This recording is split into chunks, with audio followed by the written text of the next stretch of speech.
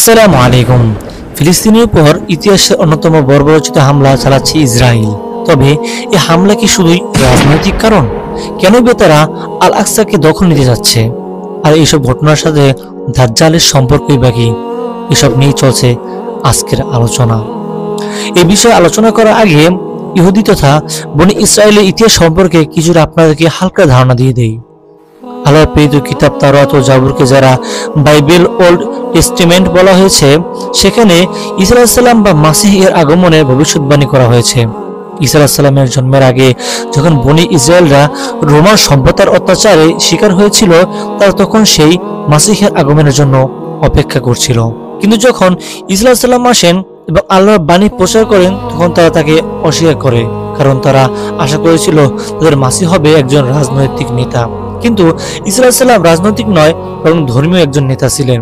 তাই বাইবেলে বর্ণিত মাসিহের সব বর্ণনা ঈসা আলাইহিস সালামের সাথে মিলে যাওয়ার পরেও তারা তাকে অস্বীকার করে, আর রোমান রাজার কাছে তারা নালিশ করে দেয় যেন ঈসা আলাইহিস সালামকে ক্রুশবিদ্ধ করা হয়। কারণ হিসেবে তারা বলে যে তিনি রোমান রাজাকে পরাজিত করতে এসেছেন।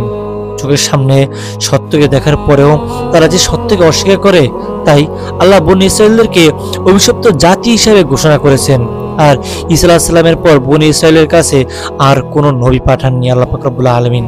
আল্লাহ কোরআনে বলেন, বনি ইসরায়েলের মধ্যে যারা অবিশ্বাস করেছিল তারা দাউদ ও মরিয়মের পুত্র ঈসার কর্তৃক অভিশপ্ত হয়েছিল, কারণ তা ছিল অবাধ্য এবং সীমালঙ্ঘনকারী। সূরা মায়েদা আয়াত নাম্বার ৭৮।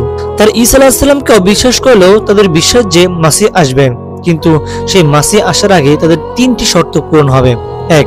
সব ইহুদিদেরকে প্রমিসড ল্যান্ড বা প্রতিশ্রুত ভূমিতে একত্রিত করা হবে। তাদের বিশ্বাস দ্বিতীয় বিশ্বযুদ্ধের পর সব ইহুদি ইসরায়েলে এসে ইসরায়েলকে একটি স্বাধীন রাষ্ট্র ঘোষণা করার মাধ্যমে তারা এই শর্ত পূরণ করেছে। দ্বিতীয়টি হচ্ছে তাদের টেম্পল অফ সোলেমান বা সোলেমানি মন্দির তৃতীয়বার নির্মাণ করতে হবে। আর তৃতীয়টি হচ্ছে জাবালে জাইতুন বা জলপাই পাহাড়ে তাদের একটি বিশেষ বৈশিষ্ট্য লাল গাবি কোরবানি করতে হবে। এই ৩টি শর্ত পূরণ হলেই আসবে তাদের মাসিহ। তাদের মতে প্রথম শর্তটি পূরণ হলে আরো ২টি শর্ত পূরণ এখনো বাকি আছে, যার একটি হচ্ছে সুলেমানের মন্দির নির্মাণ করা, আর তৃতীয়টি হচ্ছে লাল গাবি। আর তৃতীয় শর্ত হিসেবে তারা হন্যে হারা হয়ে পৃথিবীতে খুঁজছে লাল গাবি এবং বিশ্বের নানা প্রান্ত থেকে লাল গাবি সংগ্রহ করে তারা পরীক্ষা নিরীক্ষা চালাচ্ছে। ২০১৫ সালে যুক্তরাজ্যে পত্রিকা দ্য গার্ডিয়ান এ প্রকাশিত একটি প্রতিবেদনে বলা হয়েছে, ইহুদিরা গবেষণার জন্য টাকা বিনিয়োগ করছে যেন একটি নিখুঁত লাল গাবি তারা উৎপাদন করতে পারে। কেউ কেউ দাবি করেছে সেই লাল গাবিটি পেয়েও গেছে। এখন বাকি শুধু আল আকসা ধ্বংস, তৃতীয় মন্দির নির্মাণ, তবে চলে আসবে তাদের মাসিহ। কিন্তু কি তাদের মাসিহ?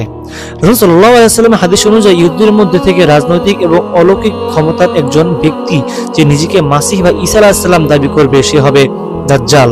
অর্থাৎ ইসরায়েলিরা হয়তো নিজেদের অজান্তেই দাজ্জালের জন্য প্রস্তুত হচ্ছে এবং তার কাছে নিজেদের আনুগত্য প্রকাশ করবে, ঠিক যেমনটা রাসূল সাল্লাল্লাহু আলাইহি ওয়াসাল্লাম বলেছেন।